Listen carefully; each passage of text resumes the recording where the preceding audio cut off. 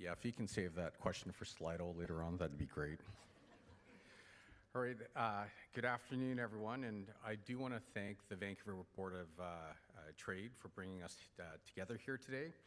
Now, in just a few weeks, Vancouver will welcome hundreds of thousands of visitors from around the globe for the FIFA World Cup, the world's largest sporting event. An unprecedented opportunity to showcase our city to billions of people as a world-class place to live, work, visit, invest, and do business. Because when you step back and you look at everything happening across Vancouver, the direction is clear. We're restoring public safety and creating opportunity. We're fixing infrastructure. We're cutting red tape and we're getting homes built. And we're making Vancouver a more vibrant city. A city that's in a very different place than during the chaos of the previous administration. Looking around this room, I do see a diverse community who care deeply about the future of this place we call home. I'm proud to be part of that community. As you know, my parents immigrated to Vancouver from Hong Kong back in 1967, looking for a better life, but not for them. They were looking for a better life for their kids. And they came here with little savings. My mom was the primary income earner in the family. She was a typist in the typing pool at BC Packers in Steveston. Now imagine raising a family of 5 kids on that salary. At the time, Vancouver was a city of opportunity. If you worked hard, you had a great shot of building a life and raising a family here. And I was fortunate to grow up here. And like so many of the people in this room, I chose to stay and build my life, my family, my career, and my businesses here. Tina and I raised our 4 boys in the city. And like any parents, we now worry what city our kids will inherit. Will it be a city where they feel safe? Will it be a city where they have opportunity? Will it be a city where they can build their own lives one day? And as a business owner, the same questions keep me up at night. Now, as many of you know, these issues have taken on new urgency in recent years. That was one of my main motivations to run for mayor 4 years ago. It's also why Vancouver elected a new city council with a clear mandate. People wanted to feel safe walking down their street again. People wanted Vancouver to be a place where families could afford to live and where young people could build their futures. They wanted a vibrant city full of opportunity. And they wanted City Hall to be focused on delivering the core services that make a difference in their everyday lives. Vancouverites weren't asking for ideology. They were asking for a city government that works again. Our task at City Hall is simple. Keep people safe, respect taxpayer dollars, and build a city that works. It's getting back to delivering the good public services that people pay their taxes for City Hall to provide. I want to be clear though. As mayor, I haven't gotten everything right. I underestimated how much things had to change and how long it would take. Some of that was to be expected as a new mayor coming from outside politics, but some of it was a system we inherited that had stopped working long before we arrived at City Hall. Either way, I heard the frustration from residents, I felt it too, and I took it seriously. Because leadership isn't about getting everything right from day one. It's about learning, adjusting, and delivering. And that's what we're doing now. We've learned the lessons, and we've made some changes, some of the changes needed at City Hall. And now our leaders are focused on delivering good public services Vancouverites deserve and expect.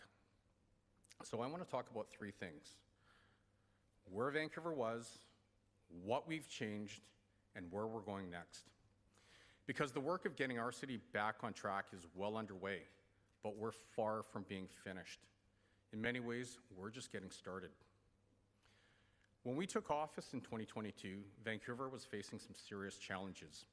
Encampments were growing across the city, in parks and throughout the downtown east side. Organized crime was on the rise.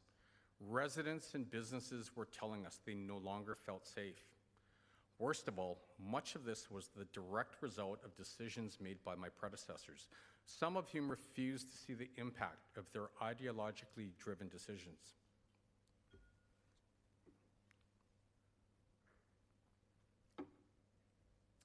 And certain members on council want to return to the failed, reckless, and chaotic strategies that allowed these problems to get worse. Meanwhile, City Hall was growing more dysfunctional, larger, and more expensive. Basic services people and businesses rely on fell further and further behind. The city's reserves were depleted. Taxes kept rising, but roads weren't getting fixed. Sidewalks weren't getting repaired. And community centers, the hearts of our neighborhoods, were falling apart. A review by the city's Auditor General found that as of 2022, 72% of Vancouver's community centers are in poor or very poor condition. Let me say that again. 72% of Vancouver's community centers were in poor or very poor condition. That didn't happen overnight. That's what decades of underinvestment looks like, and that's what we inherited as an administration. And that's the scale of the challenges we've been tackling since day one in office. That's why when our administration took office, we made a decision. We were going to bring Vancouver back to basics. Change at this scale isn't easy. It's taken time, longer than our team would have liked. But let me tell you about what's been changing. One of the most fundamental responsibilities of any municipal government is public safety. Every Vancouverite deserves to feel safe, walking their street, taking transit, or letting their kids play in the park. That's why one of the first commitments we delivered as a council was investing in the people and services that keep our city safe. We funded the hiring of new police officers and new mental health response workers working in partnership with Vancouver Coastal Health. For the first time in more than a decade, the VPD was fully funded.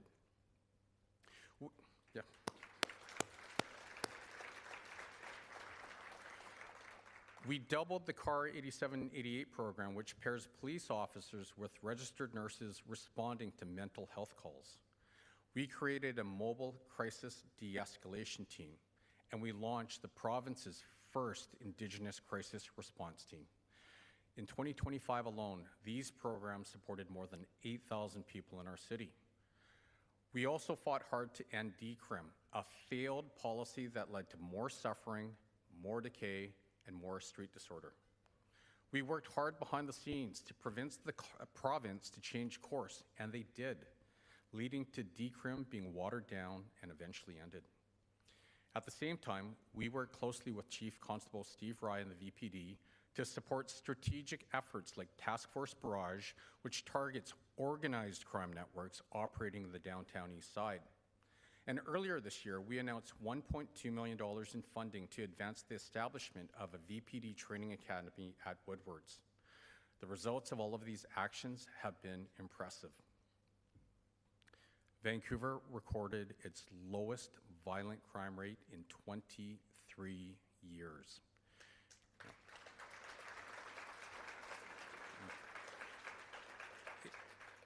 In the downtown east side, violent crime decreased by 18%. Robberies plummeted by 44%, and structural fires fell by 34%. All of this is due to the actions and the hard work of the VPD and our Chief Constable, Steve Rye. So if I can actually get Chief Rye and all the members of VPD to stand up and be acknowledged for everything they do.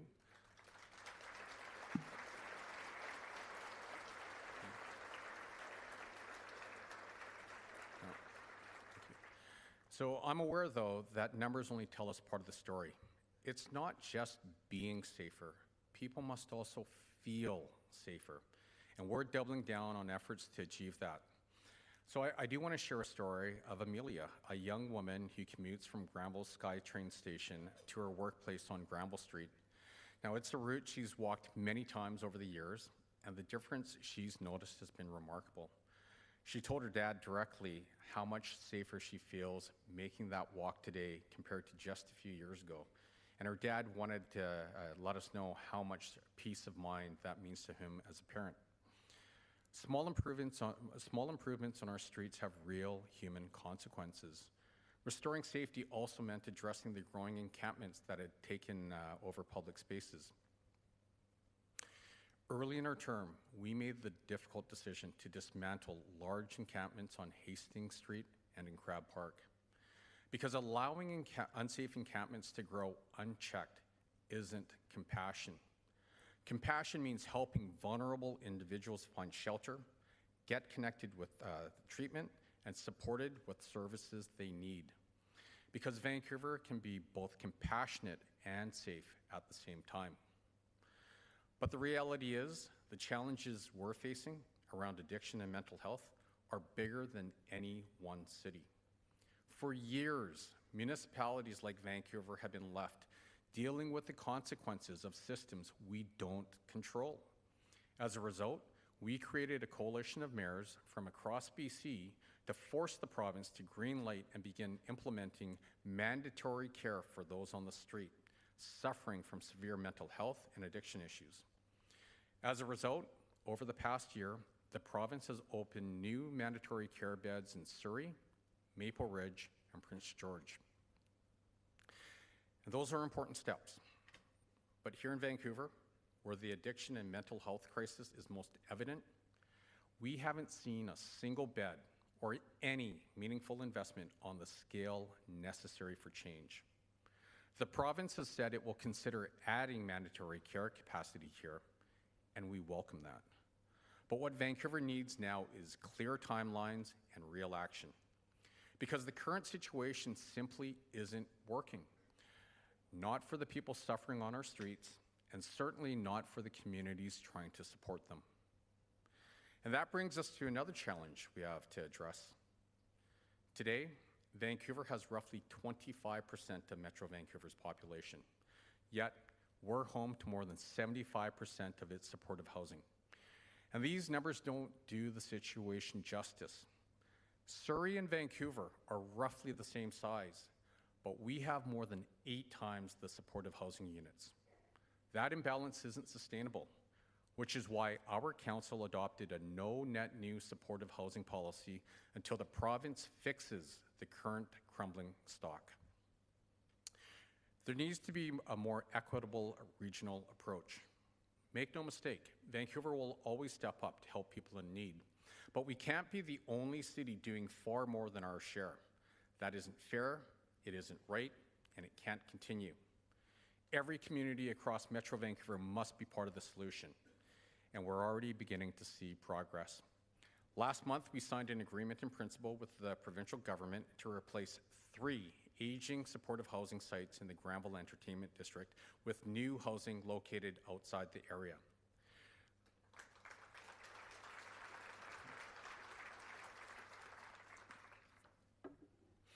This will help transition vulnerable residents into higher quality housing while allowing Granville Street to move forward as a safer and more vibrant entertainment district. Restoring safety was only the first step in getting Vancouver back on track. As many of you know, we needed to rebuild confidence in our city, confidence to invest, to build, and to grow. Because when businesses feel confident about Vancouver's future, they set up shop here, create jobs here, and they help build the kind of city where people want to live, work, and play. It draws in the entrepreneurs, the talent, the global players that contribute to our economy. Now, one great example is Vancouver resident Ido, who stepped away from a senior leadership role at Microsoft to build something truly special right here in this city. His unique platform is now being deployed to help run the FIFA World Cup, ensuring an accessible and seamless experience for residents, fans, and visitors alike. And crucially, this isn't just a one-time solution. It will live on as lasting legacy infrastructure for future city events. And we're proud to be partnering with a homegrown Vancouver company for FIFA, the world's biggest sporting event, and we look forward to watching them grow and scale from Vancouver to the world. That's why we've been focusing on making Vancouver one of the best places in North America to start and grow a business. We also launched the city's first ever business and economy office, providing a direct line to City Hall and ensuring economic growth is part of how decisions get made. And we've been cutting red tape that made it too hard to start and grow a business here. We moved business license applications online and reduced average processing times by 85%. We sped up.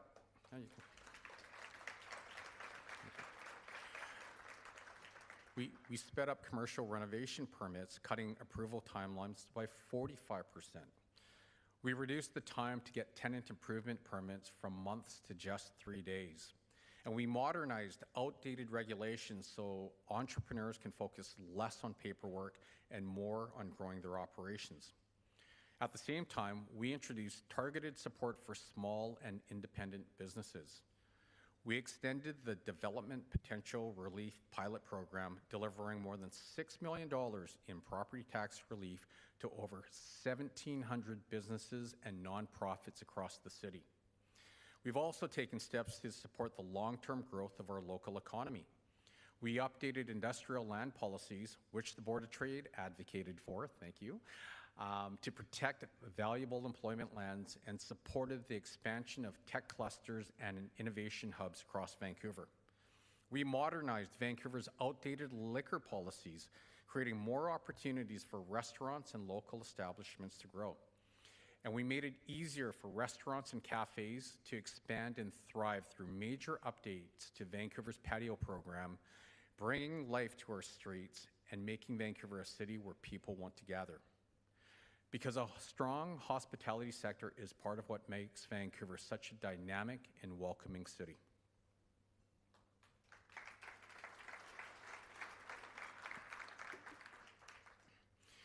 So that brings me to something that's just as important as economic growth, the overall vibrancy of our city. Because vibrancy is what turns a successful city into a world-class city. Vibrancy means creating a city that feels alive, a place where people want to live, work, visit, start a business, and invest in. It means bringing energy back to our streets and making it easier for world-class events to happen here. And we're getting it done.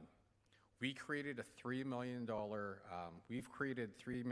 with partnerships with Destination Vancouver and the Vancouver Hotel Destination Association to attract major international events to our city. In 2024 alone, Vancouver hosted 14 major sporting events and 13 cultural events, including local favorites like our beloved Chinatown Lunar New Year Parade to the Grey Cup.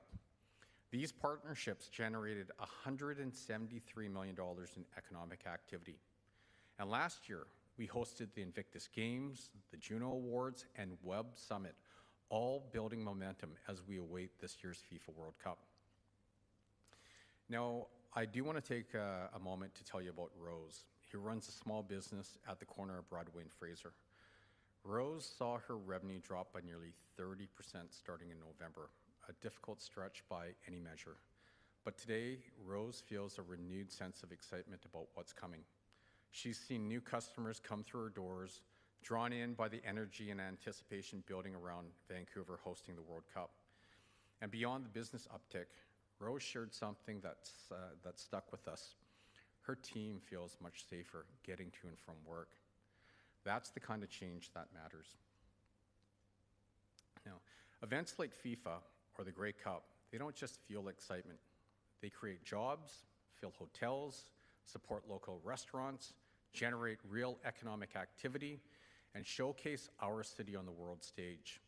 They also inspire our young people and create a legacy. We've also taken steps to make it easier for people to enjoy our city and to move around quickly, easily, and safely.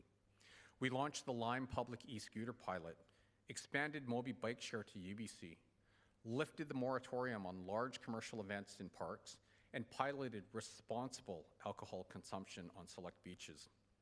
We created Vancouver's first special events task force to remove barriers for event organizers. And we even modernized the arts events licensing policy, making it easier for cultural events to take place throughout the year. All of this is about making Vancouver a city the world wants to explore. Because vibrant cities attract investment. Investment creates opportunity. Opportunity attracts talent. And all of this grows Vancouver. The next step is making sure that talent can stay and build their lives here. So housing supply is a critical priority. For too long, projects that could have delivered homes were buried in bureaucracy and slow approval processes.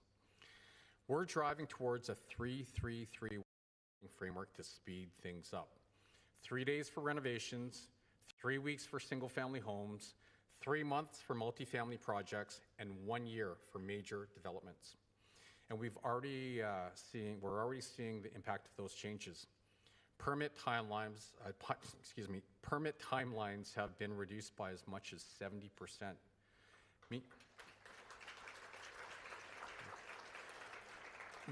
Meanwhile, rental completions increased by 60% year over year.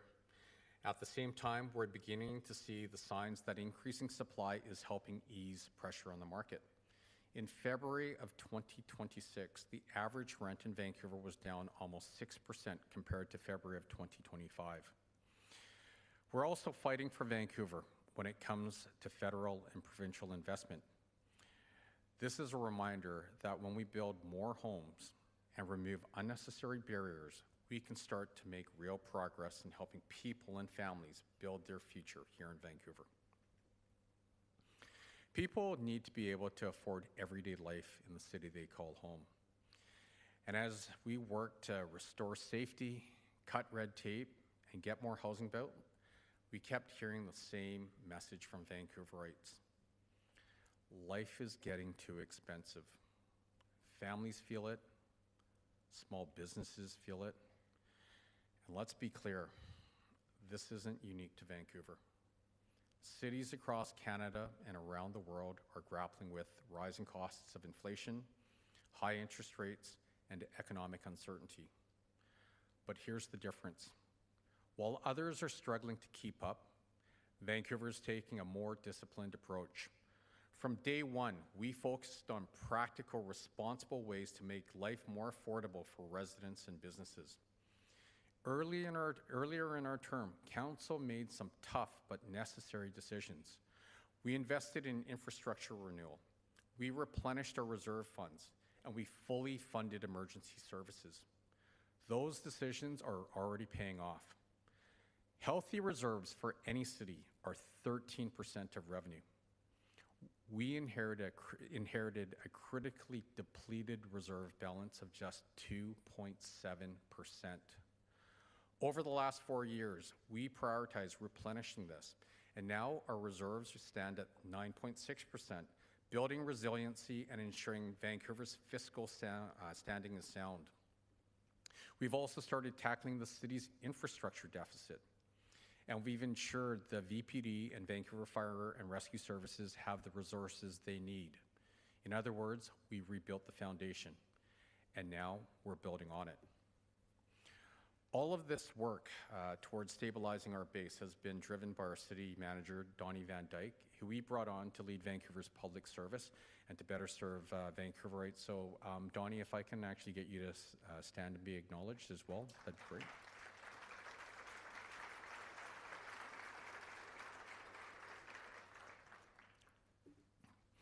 So, our zero means zero budget.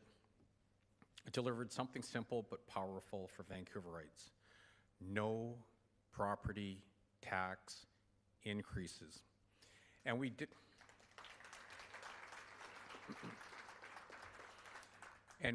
it while protecting the services people rely on every day. Community center and library hours stayed the same. Funding for parks and recreation increased. Arts and culture grants were protected, and community grants were protected. Because fiscal discipline isn't about cutting what matters, it's about focusing on what does.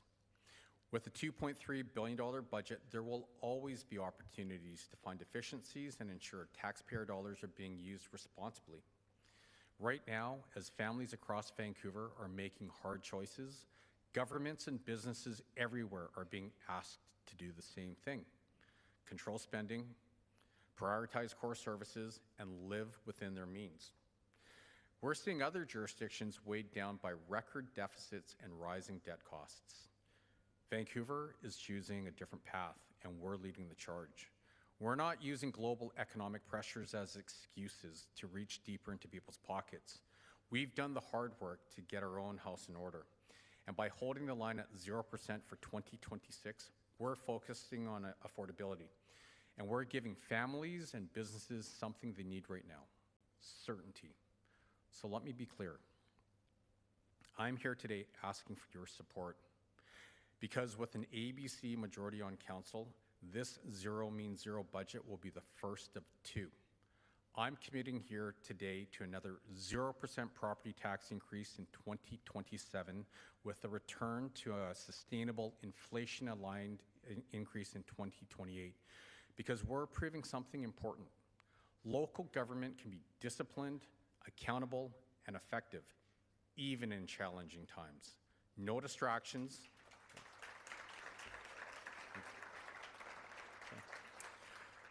So no distractions, no excuses, just a city hall that's getting back to basics, back to community.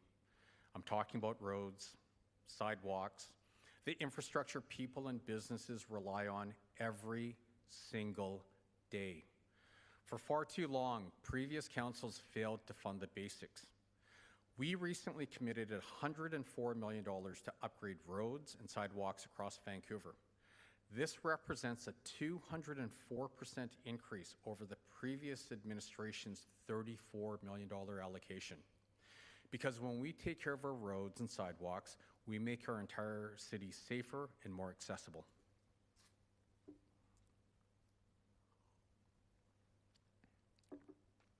Now, earlier I mentioned the Auditor General's finding that 72% of Vancouver's community centres were in poor or very poor condition after years of underinvestment.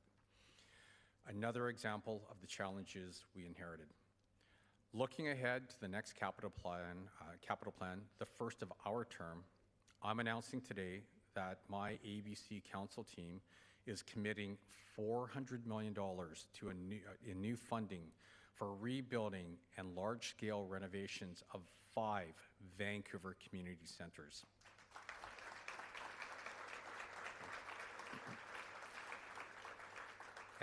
And this is just the start.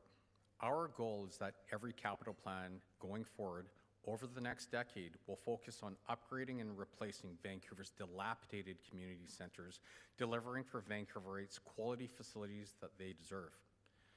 Capital plans happen every 4 years and typically complete one community centre, although even this hasn't been the case lately.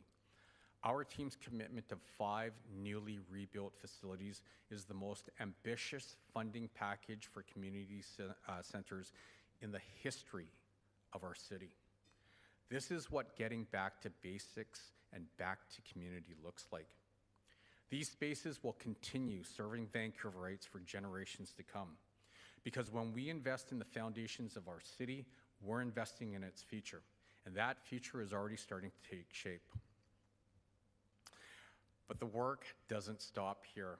After all, our best days are still ahead of us. I can promise you this. I'll keep fighting every single day to make this city stronger, safer, and more affordable for the people and businesses that call it home. That's why I'm running for mayor again in October. Vancouver is my home. I'm committed to our city. I absolutely love our city, and I believe in the next chapter of the story of Vancouver. In the next 4 years, we must stay focused on what matters most, keeping taxes low, ensuring our streets are safe, building a vibrant economy that benefits everyone, and making City Hall work for you. These priorities aren't separate, they're deeply connected. We can't have low taxes without a strong economy, and we can't have a strong economy without safe, thriving communities. Because when Vancouver focuses on the basics, on community, and believes in its future and its people and works together, there is no city in the world that can rival us as a place to live, as a place to work, as a place to invest, and a place to do business. Now, the question before us is simple. What do we prioritize? Do we want to go back to where we were 3 years ago? Back to the chaotic, failed policies and financial mismanagement of previous municipal governments? Or do we want to continue on a path towards a bright future? We have a vision that's already delivering results, but to see it through, to build on this momentum, and to secure the future we all want, we need to stay the course. Because the alternative isn't just uncertain, it puts that progress at risk. Together, we can stay the course and leave a legacy for our kids that we will all be proud of. Thank you. Oh, sorry, Bridget, one more thing. Everything that we talked about, what we've achieved to date, wouldn't have been possible with my teammates, my ABC teammates on council. So can you please stand when I say your name? Deputy Mayor Sarah Kirby-Young, Councillor Lenny Joe, Councillor Mike Klassen, Councillor Lisa Dominato, Councillor Peter Meisner. Sorry, and I don't have my glasses on. I don't think I missed anyone, did I? No, we're good. Thank you.